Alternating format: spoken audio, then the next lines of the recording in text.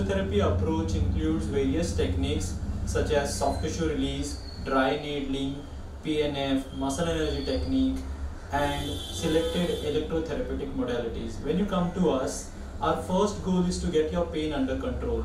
To get your pain under control, we use these different techniques. Once the pain has come under control, the next challenge is to understand the root cause of your problem.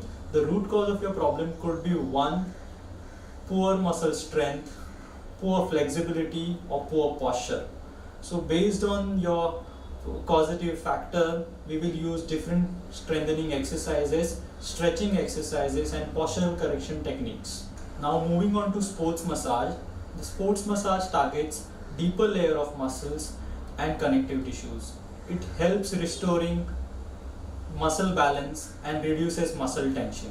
So that's why sports massage is also an important factor in reducing your muscle tension and improving your muscle flexibility.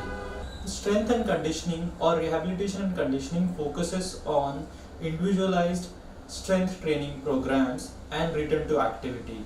In case of athletes, we will focus on sport-specific strength testing, followed by sport-specific strengthening and return to sports.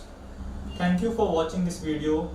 For more information, contact me on lybrate.com.